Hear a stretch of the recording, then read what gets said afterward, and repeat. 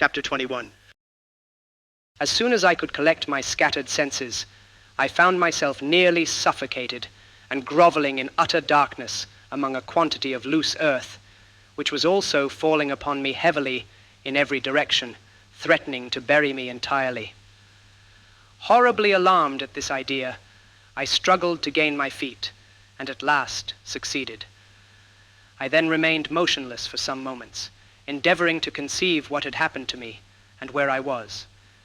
Presently, I heard a deep groan just at my ear, and afterward the smothered voice of Peter's calling to me for aid in the name of God. I scrambled 1 or 2 paces forward when I fell directly over the head and shoulders of my companion, who, I soon discovered, was buried in a loose mass of earth as far as his middle and struggling desperately to free himself from the pressure. I tore the dirt from around him with all the energy I could command, and at length succeeded in getting him out. As soon as we sufficiently recovered from our fright and surprise to be capable of conversing rationally, we both came to the conclusion that the walls of the fissure in which we had ventured had, by some convulsion of nature, or probably from their own weight, caved in overhead, and that we were consequently lost forever, being thus entombed alive. For a long time we gave up supinely to the most intense agony and despair, such as cannot be adequately imagined by those who have never been in a similar position. I firmly believed that no incident ever occurring in the course of human events is more adapted to inspire the supremeness of mental and bodily distress than a case like our own of living inhumation. The blackness of darkness which envelops the victim, the terrific oppression of lungs, the stifling fumes from the damp earth, unite with the ghastly considerations that we are beyond the remotest confines of hope, and that such is the allotted portion of the dead to carry into the human heart a degree of appalling awe and horror not to be tolerated, never to be conceived. At length, Peters proposed that we should endeavor to ascertain precisely the extent of our calamity and grope about our prison. It being barely possible, he observed, that some opening might yet be left us for escape. I caught eagerly at this hope, and arousing myself to exertion, attempted to force my way through the loose earth.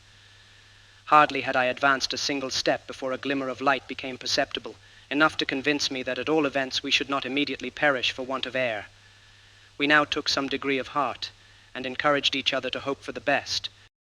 Having scrambled over a bank of rubbish which impeded our farther progress in the direction of the light, we found less difficulty in advancing, and also experienced some relief from the excessive oppression of lungs which had tormented us. Presently, we were enabled to obtain a glimpse of the objects around, and discovered that we were near the extremity of the straight portion of the fissure, where it made a turn to the left. A few struggles more, and we reached the bend, when, to our inexpressible joy, there appeared a long seam or crack extending upward a vast distance, generally at an angle of about 45 degrees, although sometimes much more precipitous. We could not see through the whole extent of this opening, but, as a good deal of light came down it, we had little doubt of finding at the top of it, if we could by any means reach the top, a clear passage into the open air. I now called to mind that 3 of us had entered the fissure from the main gorge, and that our companion, Allan, was still missing. We determined at once to retrace our steps and look for him.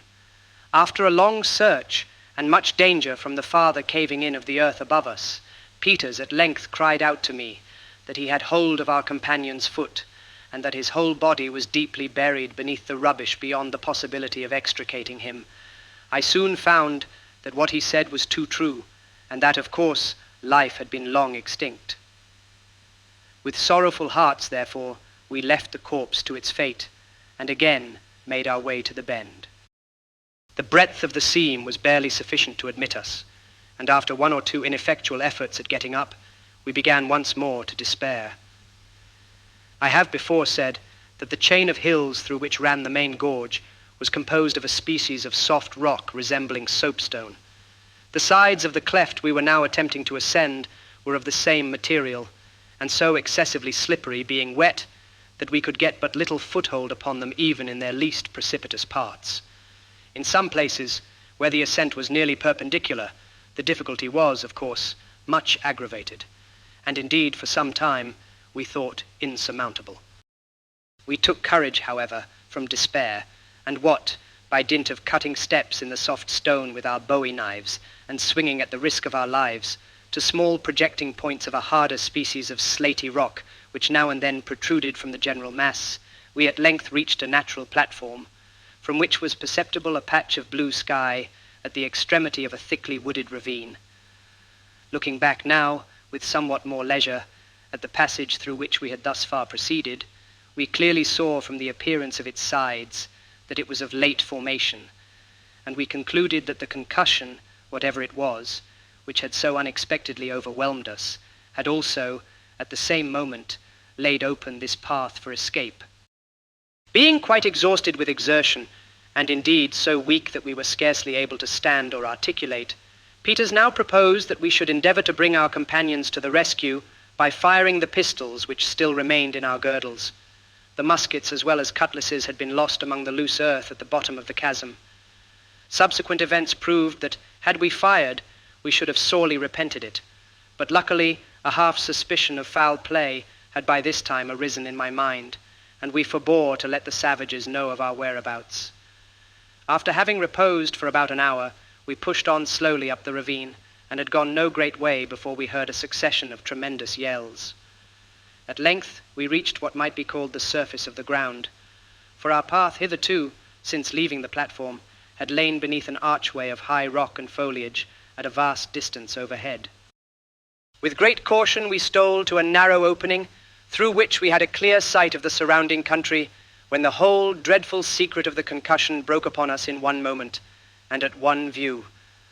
The spot from which we looked was not far from the summit of the highest peak in the range of the Soapstone Hills.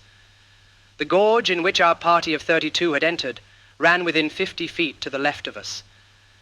But, for at least 100 yards, the channel or bed of this gorge was entirely filled up with the chaotic ruins of more than 1,000,000 tons of earth and stone that had been artificially tumbled within it. The means by which the vast mass had been precipitated were not more simple than evident. For sure, traces of the murderous work were yet remaining. In several spots along the top of the eastern side of the gorge, we were now on the western, might be seen stakes of wood driven into the earth. In these spots, the earth had not given way, but throughout the whole extent of the face of the precipice from which the mass had fallen, it was clear, from marks left in the soil resembling those made by the drill of the rock blaster, that stakes similar to those we saw standing had been inserted at not more than a yard apart, for the length of perhaps 300 feet, and ranging at about 10 feet back from the edge of the gulf. Strong cords of grapevine were attached to the stakes still remaining on the hill, and it was evident that such cords had also been attached to each of the other stakes. I have already spoken of the singular stratification of these soapstone hills, and the description just given of the narrow and deep fissure through which we effected our escape from inhumation will afford a further conception of its nature. This was such that almost every natural convulsion would be sure to split the soil into perpendicular layers or ridges running parallel with one another, and a very moderate exertion of art would be sufficient for effecting the same purpose. Of this stratification, the savages had availed themselves to accomplish their treacherous ends. There can be no doubt that, by the continuous line of stakes, a partial rupture of the soil had been brought about probably to the depth of 1 or 2 feet, when by means of a savage pulling at the end of each of the cords, these cords being attached to the tops of the stakes and extending back from the edge of the cliff, a vast leverage power was obtained, capable of hurling the whole face of the hill upon a given signal into the bosom of the abyss below. The fate of our poor companions was no longer a matter of uncertainty. We alone had escaped from the tempest of that overwhelming destruction. We were the only living white men upon the island,